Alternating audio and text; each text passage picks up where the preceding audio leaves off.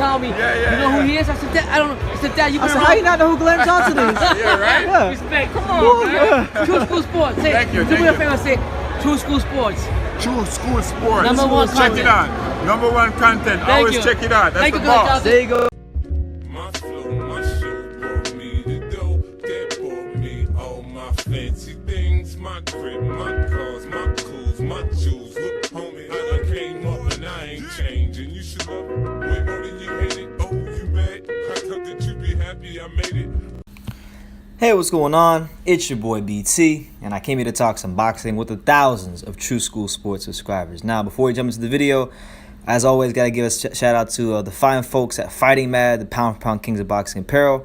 You know, right now, as you can see, got that Deontay Wilder, because y'all say I hate Deontay Wilder for some reason. But look, we'll show the bronze bomber some love. You can go to Fighting Mad, pick up all your Deontay Wilder, t-shirts, sweatshirts, all that good stuff. I got one myself, so yeah, go over there.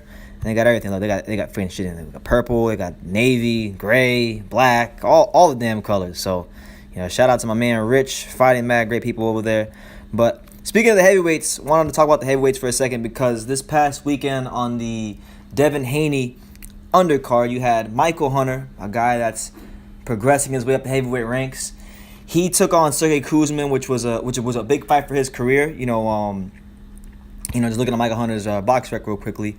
The Sergey Koosman fight was a big fight for his career because, so far at heavyweight, he's picked up some decent wins. He's been slowly stepping it up in opposition. He one of his first, notable wins at heavyweight was when he fought the Nigerian prospect Martin Bracoli. He absolutely and utterly just iced him, stopped him, beat him to a pulp. Then he beat Alexander Usyk, who's a name fighter in the division, and then Koosman being an undefeated, solid guy. Another good win for him. Outboxed him to a unanimous decision. So now the talk for Michael Hunter as to what he'll do with his career next is that he could be fighting potentially Alexander Povetkin, and that'd be a massive step up for him because Povetkin, despite his age, is still, I would say, outside the champions, outside like your Furies and your Wilders and your Ruizes and your Joshuas and guys like that. He's probably like 6th, 7th. He's in that top 10. He's still a top 10 heavyweight. So for Hunter to step up to that level would be big for his career. But as you guys can see by the article on the screen, and I'll leave it for you in the description so you can come to your own surmise and read it for yourself. Hunter versus Povetkin, that fight is in the works for the Anthony Joshua-Ruiz undercard. So here's what Hunter had to say in regards to fighting Alexander Povetkin. He said, I quote, "I want Alexander Povetkin." And then he pretty much said, "If you see Povetkin, I'm coming for you." So basically, he's made his intentions known. He wants Povetkin. He wants that fight. And I feel like if he was able to, let's say he fights Povetkin and he beats him, that would be like, because he's had some decent ones in the division, but he really hasn't had that like division where we say Michael Hunter is here, because he was at cruiserweight. He's a smaller heavyweight who moved up, a smaller guy who moved up to heavyweight. So he's still trying to make his name known in the division.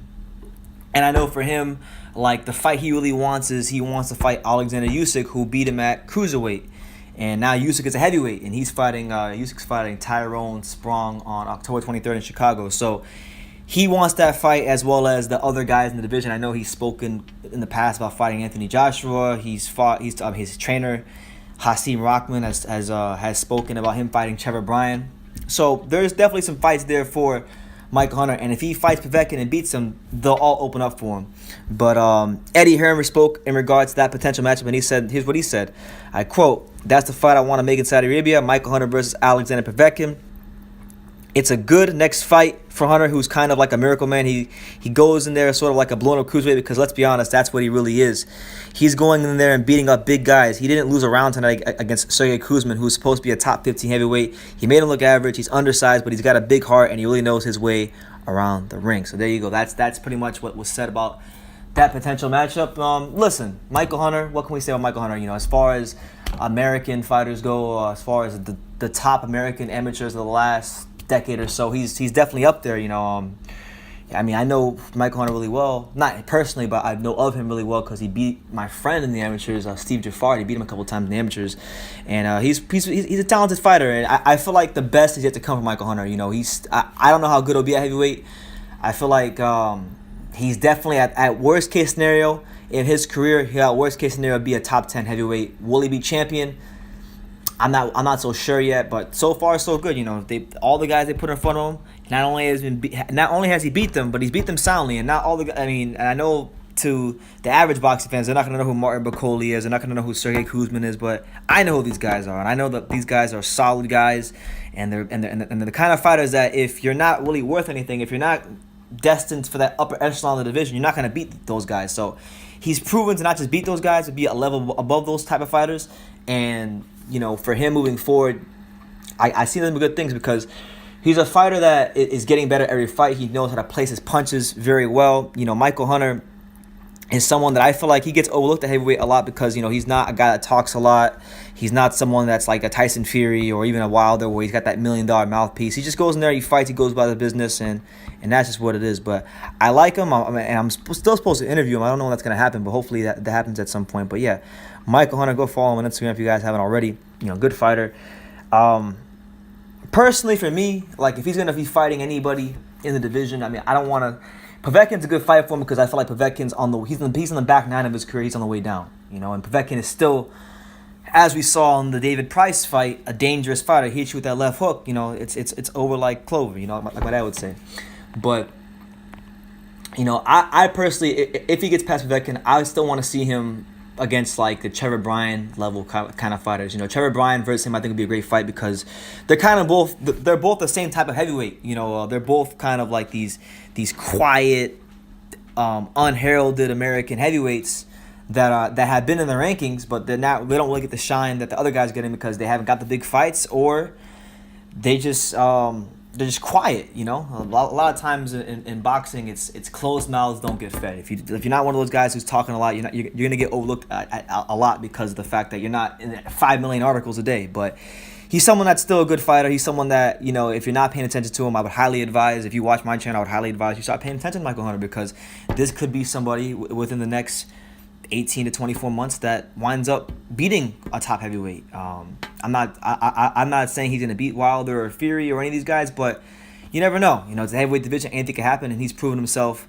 at every level of boxing, from amateur to being a cruiserweight to now even his short little run of heavyweight so far. He's proven to be a good fighter. Still needs that signature win, but yeah, Michael Hunter looking to fight Alexander Povetkin.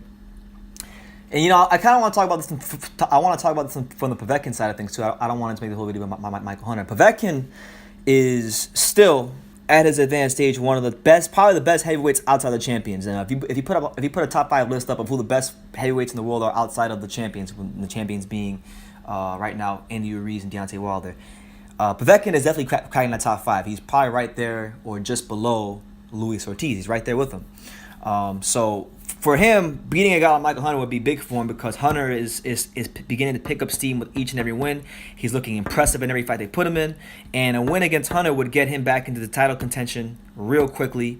And then he's looking at maybe fighting anybody, you know, because he's still a name in the division. He's got a great resume.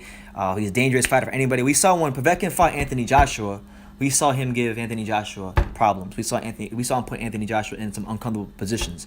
It was probably, up until Joshua lost, the Povetkin fight probably was one of his toughest fights. You know, probably is in the top 3 toughest fights behind Klitschko, Dillian White when they fought for the British title, and then probably say Povetkin's probably right there behind those guys. But still a good fighter, still a capable fighter, but definitely in the back end of his career. So I like that fight. I think it's a great crossroads fight, and if they're gonna put that fight on the co-main event of Joshua-Ruiz, the rematch, you know, perfect. I think it's a win-win for the fight fans in the heavyweight division because both those guys are smaller heavyweights, and I feel like with both of them, you're gonna get a lot of punches thrown, you'll get good exchanges, and it just makes for a really good fight. And we'll finally we'll figure out how good Michael Hunter is as a heavyweight, and we'll see how much Povetkin still has left in the tank. So I always like those kind of fights where you get a guy who's on the up and a guy's on the down, but he's not too far down, but you can clearly tell he's on his way down because we call crossroads fight in boxing. So yeah, let me know what you guys think of Michael Hunter versus Alexander Povetkin. What do you guys make of it? The style matchup, all that good stuff. Let me know in the comments down below. Make sure you smash that like button, subscribe to all that good stuff. And like I say in every single one of these videos, you can love me or you can hate me, but I'm just a kid from Daniel. So until next time, take your eyes. This is Chick Shane Mosley, and you're watching True School Sports.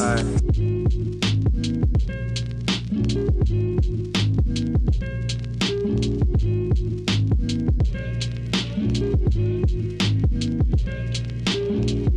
keep you locked in. People all around, you got to recognize and witness this mister who's swift enough to knock you out with mic fitness. Here's blister from holding mics tight. Some say it's fight night,